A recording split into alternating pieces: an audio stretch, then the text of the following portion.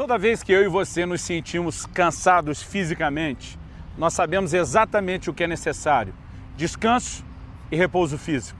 Nada como uma boa noite de sono e um sono reparador. Agora a pergunta é: e quando nos sentimos cansados espiritualmente, como lidamos com isso? Nos próximos minutos eu quero ter uma conversa bíblica a respeito do assunto. Fique comigo.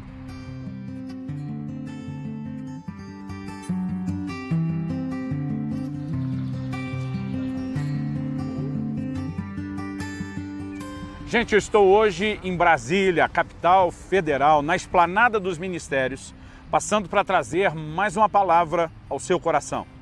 E a nossa conversa hoje se baseia no texto de Isaías, livro do profeta Isaías, capítulo 40, dos versículos 28 até o 31, onde encontramos o seguinte relato: Não sabes, não ouvistes que o eterno Deus, o Senhor, o Criador dos fins da terra, nem se cansa e nem se fatiga? Não se pode esquadrinhar o seu entendimento. Faz forte ao cansado e multiplica as forças ao que não tem nenhum vigor. Os jovens se cansam e se fatigam, e os moços exaustos caem. Mas os que esperam no Senhor renovam as suas forças. Sobem com asas como águias, correm e não se cansam, caminham e não se fatigam.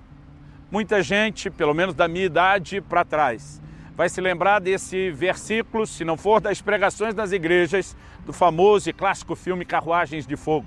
Mas é importante que a gente entenda que isso é, na verdade, uma promessa. É um compromisso que Deus tem conosco, firmado na sua própria palavra. Ele é o Deus eterno que não se cansa. No entanto, essa não é a minha e a sua realidade. Nós nos cansamos. E esse Deus que não sabe o que é cansaço, Ele sabe o que é o nosso cansaço. E Ele se dispõe a nos fortalecer. O versículo 29 nos diz que Ele faz forte ao cansado e Ele multiplica as forças do que não tem nenhum vigor. Nós precisamos entender que, embora o texto fale de gente que se canse no aspecto físico, o que Jesus tem para nós é muito mais do que o renovo das forças do corpo. Na verdade, o próprio Senhor Jesus diz no Evangelho de Mateus, no capítulo 11, Vinde a mim todos vós que estáis cansados, oprimidos, sobrecarregados, e Ele diz, eu vos aliviarei. Vocês vão achar descanso para as vossas almas. Quando Ele fala descanso para a alma, é diferente de descanso para o corpo. Descanso para o corpo, como falamos antes, se consegue com repouso, com uma boa noite de sono. Mas Jesus está falando de algo que vai além disso. Quando a Bíblia fala de jovens que eles chegam ao ponto de cair de exaustos, esse é o nível de cansaço que a maioria de nós não tem.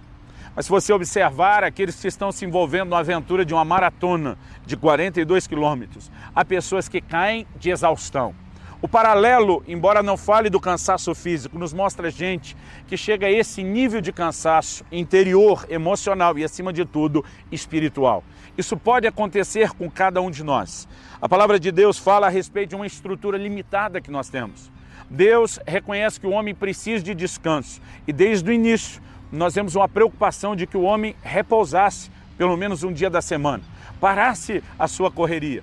Jesus, quando encontra os discípulos exaustos, ele diz, vamos a um lugar à parte, vamos descansar um pouco. Agora, além desse descanso físico, como falei, nós precisamos entender que é uma outra dimensão de descanso que Deus quer proporcionar para nós. Em Isaías, no capítulo 35, nos versículos 3 e 4, a Bíblia diz, fortalecei as mãos frouxas e firmai os joelhos vacilantes. Dizei aos desalentados de coração, sede fortes, não teimais, eis o vosso Deus. Esse texto, quando fala de joelhos trôpegos, vacilantes, mãos frouxas, está falando daquele nível de cansaço onde a pessoa mal consegue permanecer de pé. Mas a Bíblia está falando de um sede fortes como algo que vem do socorro do Senhor. Vamos entender que esse Deus quer nos socorrer desse cansaço, que eu e você podemos experimentar, um cansaço de alma, um cansaço interior. Por exemplo, em Gálatas, no capítulo 6, no versículo 9, o apóstolo Paulo diz, e não nos cansemos de fazer o bem, porque a seu tempo ceifaremos, se não desfalecemos. A pergunta a ser feita é, fazer o bem cansa? Claro que sim. Senão Paulo não diria para que a gente não se cansasse de fazer o bem. Isso não significa apenas cansaço físico, às vezes é o cansaço interior. É aquele desânimo de se doar, fazendo bem a alguém que talvez não reconhece, não dá retorno, não corresponde ao que estamos fazendo. Há diversos níveis de cansaço, mas eu e você precisamos entender que quando Deus nos socorre, Ele tem duas formas de fazer isso. A primeira, eu gostaria de dizer que é quando o Senhor vem a nós. O apóstolo Paulo diz em 2 Timóteo, capítulo 4, versículos 16 e 17, na minha primeira defesa, ninguém esteve comigo, todos me desampararam, mas ele diz, mas o Senhor esteve ao meu lado e me fortaleceu. Esse fortalecimento não era físico, mas Paulo está falando do desânimo, da solidão, dos problemas, de enfrentar aquilo. Ele diz, o Senhor esteve ao meu lado e me fortaleceu. Muitas vezes eu e você vamos experimentar esse nível de intervenção, que é quando o Senhor vem ao nosso encontro.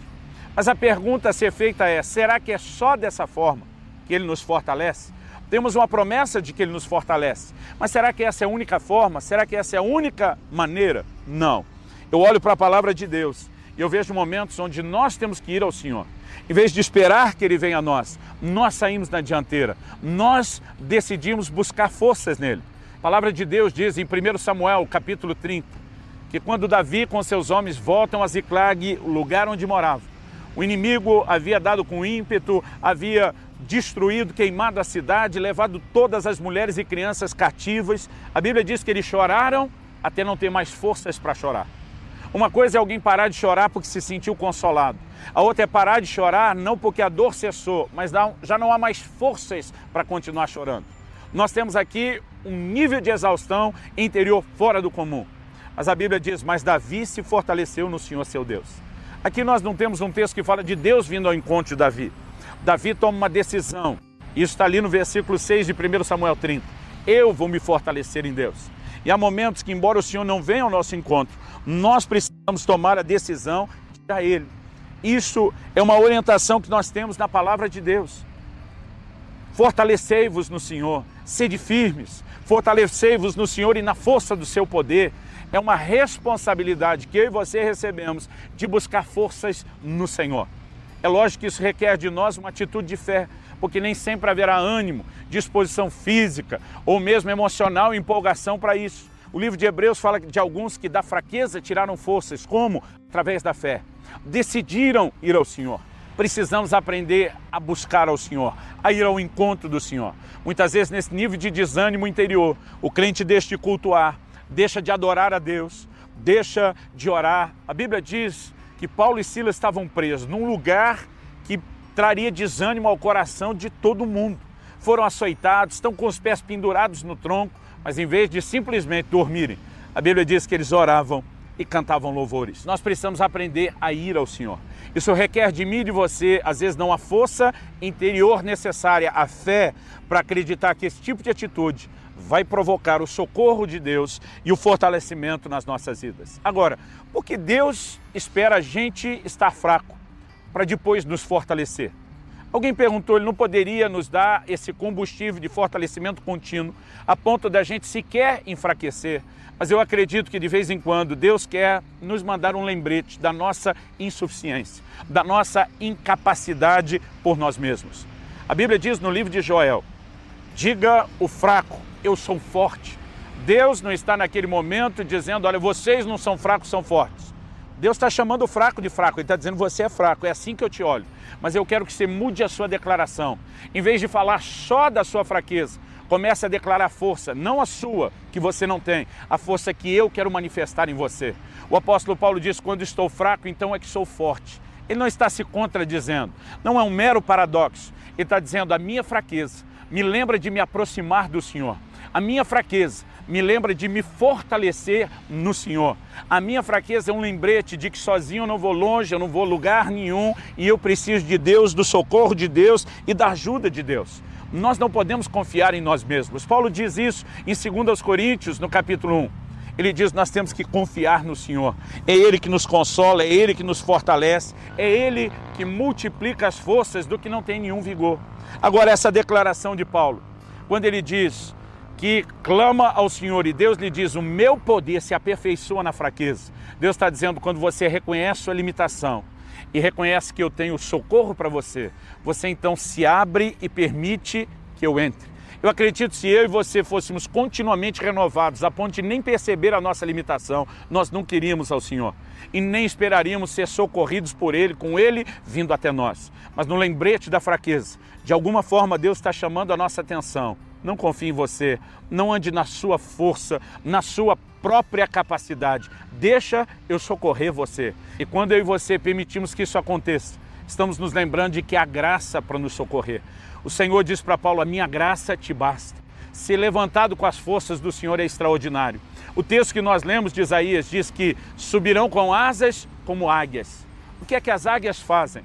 Elas não precisam necessariamente bater asas e se esforçarem o tempo todo.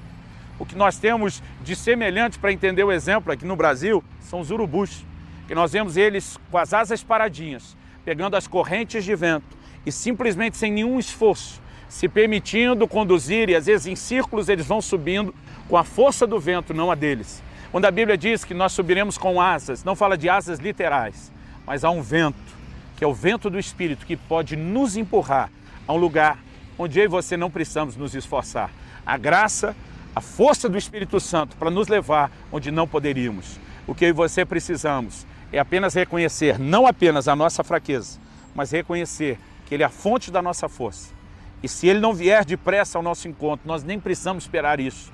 Nós vamos correr para Ele, vamos depender da graça, vamos permitir que a força do Espírito Santo venha. E dessa maneira seremos fortalecidos.